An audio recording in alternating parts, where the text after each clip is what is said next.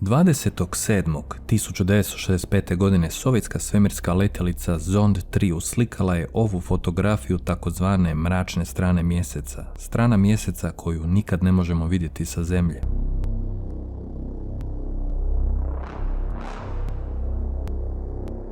Prve fotografije u povijesti čovječanstva koje otkrivaju misteriozne strukture na mjestu gdje se ne bi trebale nalaziti.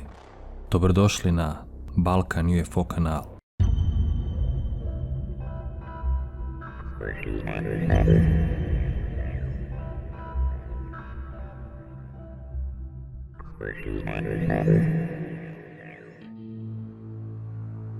Dvije godine nakon što je Sovjetski savez ušao u povijest poslavši Sputnik satelit u orbitu oko Zemlje, došlo je vrijeme za poslati prvu sondu na mjesec koja će poslati kvalitetnije fotografije strane mjeseca koju nikad ne možemo vidjeti.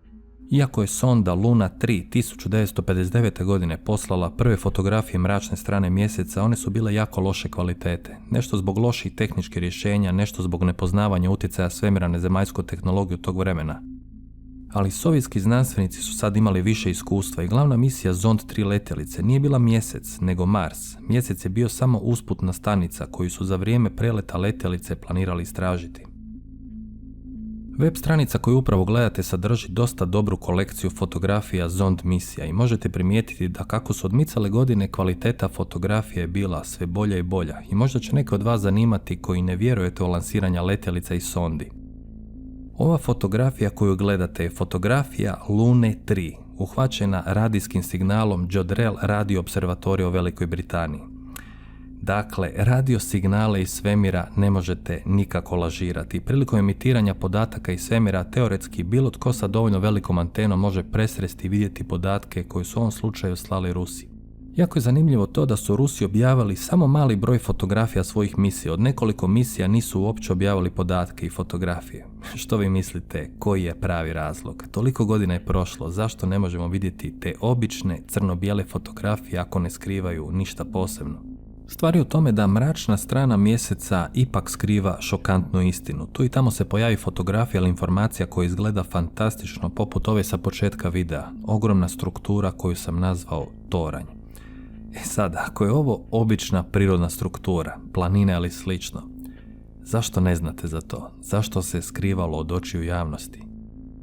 Sam mjesec skriva fantastično ogroman broj anomalija i kada bi se bavio samo s ovom temom imao bi što posla na kanalu. Evo vam jedan primjer, slika Apollo 16 misije. Možda vam u oči upada NLO koji se nalazi na horizontu. Zanimljivo, je li tako? Ali ne pokazujem ja vama ovu sliku zbog jedne svjetleće točke na crnom nebu. Pogledajte ovo.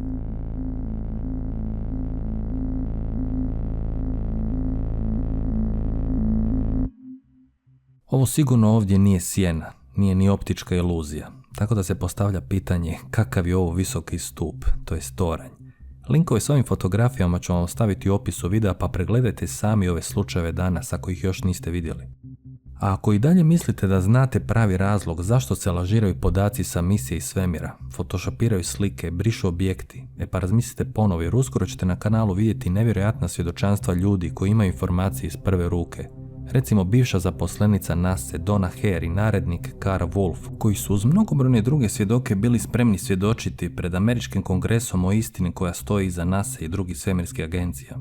Jer ako ove zabilježene strukture nisu prirodne formacije geološki oblici, a sve upućuje na to da nisu, zapitajte se tko je to izgradio, kada i sa kojim ciljem. U ovom videu neću ulaziti u detalje anomalija koje ćete upravo vidjeti. Ovo je drugi, nazovimo ga, bonus video danas. Popodne ste mogli vidjeti zanimljiv slučaj kozmonauta sa Saljut 7 svemirske stanice i u ovom videu za koji se uhvatio malo više vremena sam samo htio pokazati nekoliko nevjerojatnih anomalija pronađenih na mjesecu s kojim ćemo se jako brzo baviti detaljno na kanalu. Tako da, udobno se zavalite i pogledajte kompilaciju sa nekim od najzanimljivijih stvari što sam uspio pronaći na internetu.